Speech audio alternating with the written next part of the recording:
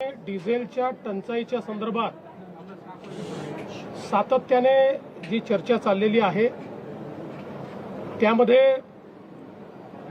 साधारणपणे असं लक्षात येत आहे की सरासरीपेक्षा पेट्रोल आणि डिझेलची मागणी ही प्रचंड मोठ्या प्रमाणात वाढलेली दिसते।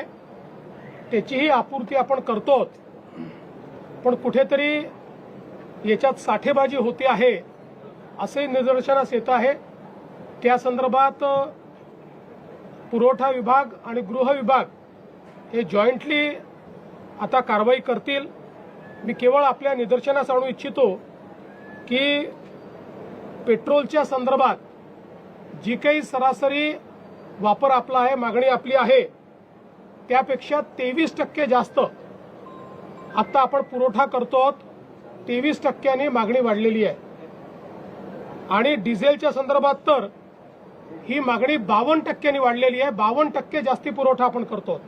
म्हणजे सरासरी मागील वर्षी किंवा याही वर्षी प्रतिदिनाचा जो पुरवठा या काळातला त्या पुरवठ्यापेक्षा 52% जास्त डिझेल हे आता पेट्रोल पंपाच्या माध्यमातून आपण पुरवतो आणि तरीही टंचाई सदृश स्थिती ही तयार होते।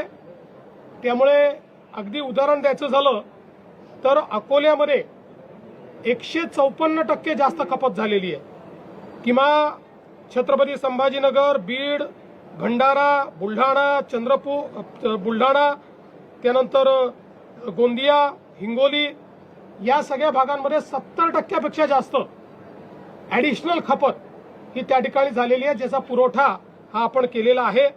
आणि म्हणूनच एकीकडे शेतकऱ्यांना डिझेल मिळालं पाहिजे याकरता आपण प्रयत्न करतो, पण निश्चितपणे त्याचा फायदा किंवा गैरफायदा हा काही लोक घेत आहेत।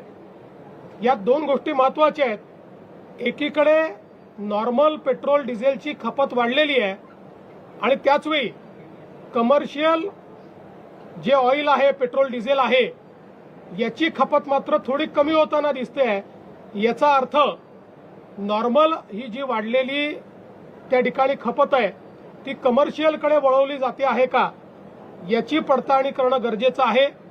त्या दृष्टीनं आज आम्ही आदेश दिलेले आहेत, कारण आपण समजू शकता 52% वाढ आणि त्याची आपूर्ती आपण करतो, याचा अर्थ कुठेतरी याच्यामध्ये कोणीतरी साठेबाजी करताय आणि म्हणून ती साठेबाजी थांबवण्याचा प्रयत्न आमचा चाललेला आहे।